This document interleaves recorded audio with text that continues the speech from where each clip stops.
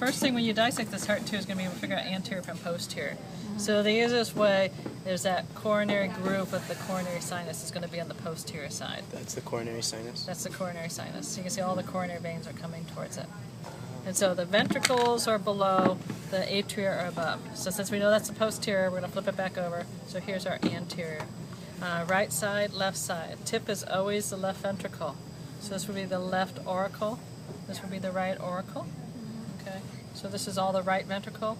This is the left ventricle. You can see here too there's going to be a groove, the interventricular groove that's going to show, or sulcus that's going to divide the right and left. And when you look at the heart too, the bigger muscle is going to be the left because it has to pump blood everywhere.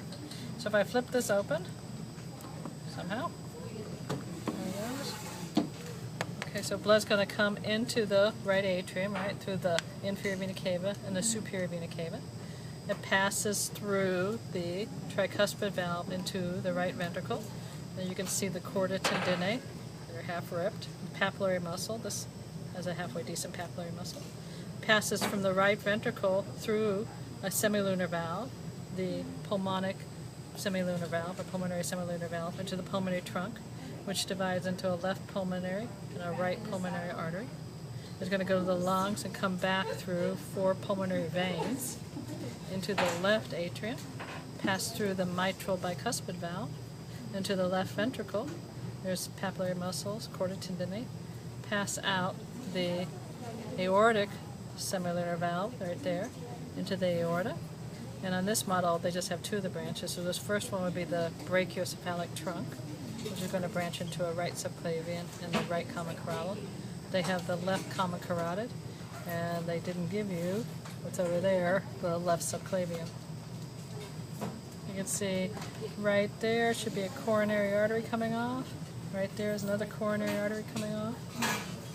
On this one too, I think you see there's the fossa ovalis in there. See that little thing? Oh, yeah. See that little depression right there? Oh, yeah. So that would be the fossa ovalis. Where is the coronary sinus? Coronary sinus is right here. Where was that So from? does right atrium go to coronary sinus? The coronary sinus is going to drain into the right atrium. So all deoxygenated blood comes back to the right atrium. The right atrium collects deoxygenated blood. The left atrium collects oxygenated blood. Oxygenated. So what? And those ridges are the chorda tendineae, So or the before- the trabecular cornea. So before the blood, the oxygenated blood go to the sinus, coronary sinus. Deoxygenated. So these are the veins. These are veins are draining the heart. The arteries are carrying the oxygenated blood to the heart. They go through capillary beds. They come back through veins. All the veins drain in the coronary sinus, and the coronary sinus drains into the right atrium. Making some sense? Yeah. Okay. You see the ligament arteriosum there? Yeah. Between the pulmonary trunk. That's and the one you were aorta. saying is when your umbilical cord. When you're in your utero, when you're your fetus in utero. What is there, So it's a like some shunt. kind of hole or? It's a tube. It's tube. like a duct. It's a duct. You know, it's not lined by cuboidal epithelium, though. It's probably simple epithelium. It's Simple epithelium. You know when you did the track? Like when you did the arrow to the arrow? I really like that. What was Oh, that That helped called? me a lot. Okay. What was this called? Ductus arteriosus. But now it's the ligamentum arteriosum.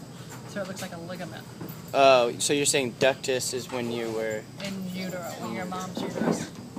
When you had amniotic